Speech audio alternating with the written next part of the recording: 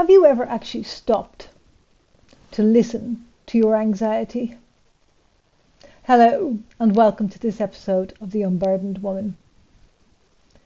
Today, I want to talk to you about anxiety. And I have covered this many times before. But today, I want to talk about listening, actually sitting with your anxiety and listening to it. For many years, I spent hours trying to get rid of my anxiety, trying to stop the constant overthinking, the feelings in my body, the tightness in my chest, the ragged breath, the sweating palms, the shaking. I tried to control it. I started meditation. I started affirmations. I would look around the room and name 5 things I could see, 4 things I could hear. You know the drill. We've all been through this. And yet still some level of anxiety remained. Couldn't get rid of it all. And sometimes it would pop up again at the most inconvenient moments. I'd be fine, walking along, minding my own business, getting through my day, and all of a sudden, bam! Anxiety hits out of the blue. What's that about? The thing is, our anxiety is there for a reason. It's a messenger. And messengers always have a message. So I'm asking, have you ever actually sat and listened to your anxiety? Asked it what the message is? Because we suffer from anxiety when there is something wrong.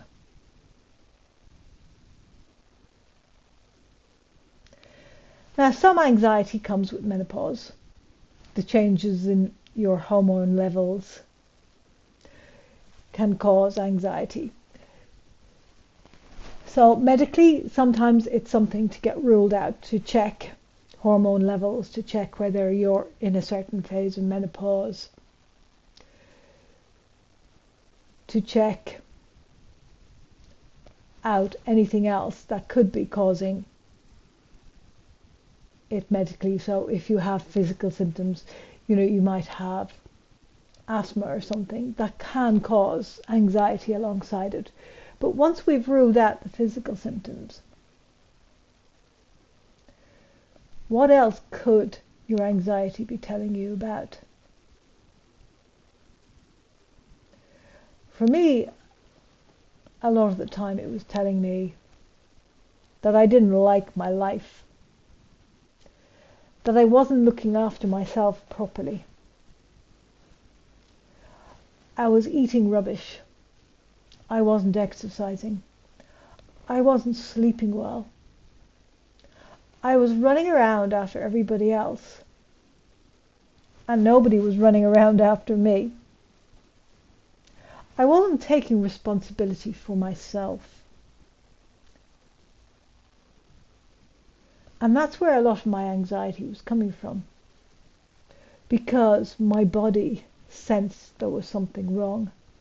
My body knew it wasn't being looked after properly. It knew it needed more than I was giving it. And so it was sending very clear messages to me, saying, hey, you need to slow down. Maybe you could eat a little bit better. Maybe we could get some more sleep. But I wasn't listening. I wasn't listening to what that anxiety was telling me. I was spending a lot of time battling that anxiety. The overthinking, the feelings, that shortness of breath, the heart racing, the shaking, the sweaty palms. And I was trying to make all of that go away, rather than actually take note of what was happening and why I was feeling anxious. And it was only when I sat down with an actual panic attack one day, which is not something I would recommend doing on your own. I did it, which is why I wouldn't recommend doing it on your own. And I actually sat through a panic attack, and I realized, one, I came out of it alive at the other end. But I realized it was there for a reason. This anxiety was telling me something. And that when I slowed myself down enough, when I started to listen to the thoughts that were popping up, I realized that one of the reasons I was feeling really anxious was because I was saying yes to everybody and anybody in my life. If they asked me for a favor, or they asked me to do something. In my job, if I was asked to do something extra, oh yes, of course, I'll do that. What I was doing was adding more and more to my schedule. But I wasn't being given any extra time. There are still only 24 hours in every day. And so this was creating a burden on me. I had all this stuff I'd said yes to, but without the actual time to do it. And so I was running myself ragged trying to get things done. Things that I should probably have said no to in the first place.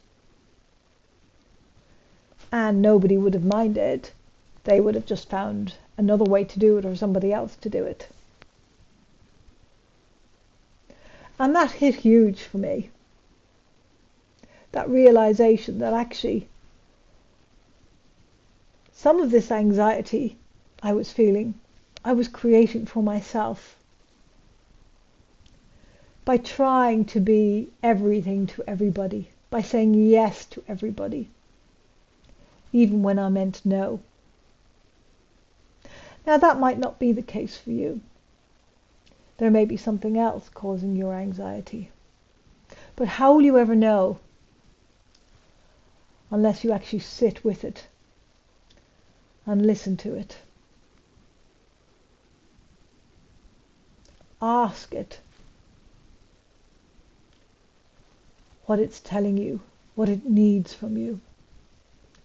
And if you need help with that, I'm only a message away.